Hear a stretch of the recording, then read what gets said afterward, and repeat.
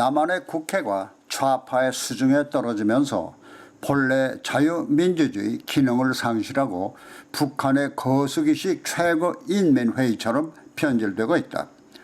북한의 최고인민회의도 선거를 통해서 의원이 선출되고 입법권도 가지지만은 실질적으로는 최고 권력자를 찬양하는 정치적 이벤트 구실의 장식용일 뿐 아니라 법안조차도 당을 좌지우지하는 최고 권력자의 입맛에 맞는 안건을 만장일치 결정해야 하는 것이 최고인민회의이고 보면은 로봇 같은 자동 거수기에 지나지 않는다. 만일 만장일치 결정쇼에 누가 한 사람이라도 손을 들지 않았다가는 숙정에 따른 죽음까지 각오해야 할 것이니까 싫어도 내색을 낼 수가 없는 것이다. 지금 남한의 국회가 그와 같이 변질되어 가고 있는 것이다. 그것은 자유민주주의 체제의 국회가 여당과 야당이 서로 다른 분명한 정책을 가지고 토론하고 합의하면서 이것을 국가발전과 국민의 복지 향상 정책으로 연결 지을 수 있는 국회로 발전시켜 나가야 하는데도 다수의 거수기를 이용해서 그들의 입맛에 맞는 짓을 서슴없이 감행하고 있기 때문이다. 그것은 여대, 야소의 국회에서도 다수 여당의 독주를 견제하기 위해 법사위원회 자리는 야당에 양보했던 전례를 21대 국회에서 다수 여당이 여지없이 짓밟아 버린 것으로 잘 나타내고 있다. 지난 16대 총선에서 여당의 전신인 열린우리당이 과반을 차지했으면서도 법사위원회를 야당 몫으로 인정했다. 이는 야당이 여당을 견제하기 위한 최소한의 장치로 인정했기 때문이다.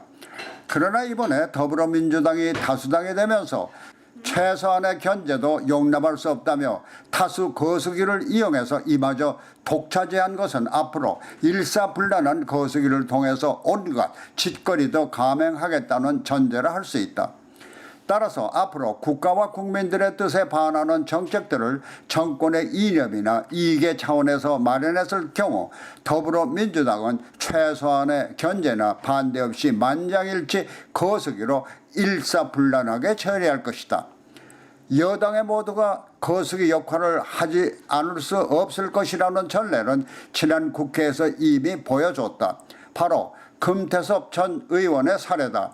20대 더불어민주당 금태섭 의원은 문재인 정권이 모든 힘을 다해 감싸려는 대표적 적폐로 지목되고 있는 조국 전 법무장관을 비난하고 공수처 법안에 자유민주주의 국가에서는 당연한 개인의 소신에 따라 기권표를 던지자 북한의 최고인민회의처럼 만장일치 거수기 작동이 안 된 것으로 지목해서 징계와 함께 21대 국회 출마를 막기 위한 공천 탈락 처리로 숙청을 단행한 것이다.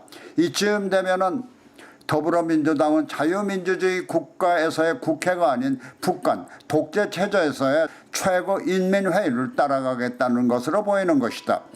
거수기 국회가 염려스러운 또 다른 사례를 보자.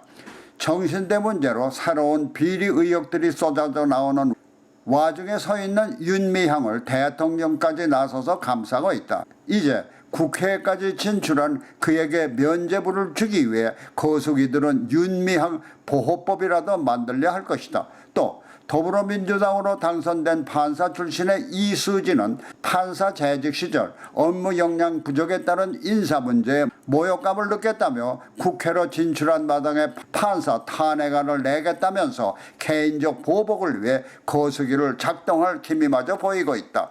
만일 21대 국회가 시간이 지나며 어떤 정책 결정도 할 수 있는 다수의 거수기를 국가 발전이나 국민들의 복지 향상을 위한 정책이 아닌 정권의 이념이나 이익 또는 재편 감싸기나 재편의 개인 감정을 풀어주는 것 같은 잘못된 것에 사용하려고 한다면 자유민주주의 체제의 국회가 아닌 북한의 최고인민회의 같은 체제로 바꾸는 것이 좋을 것이다.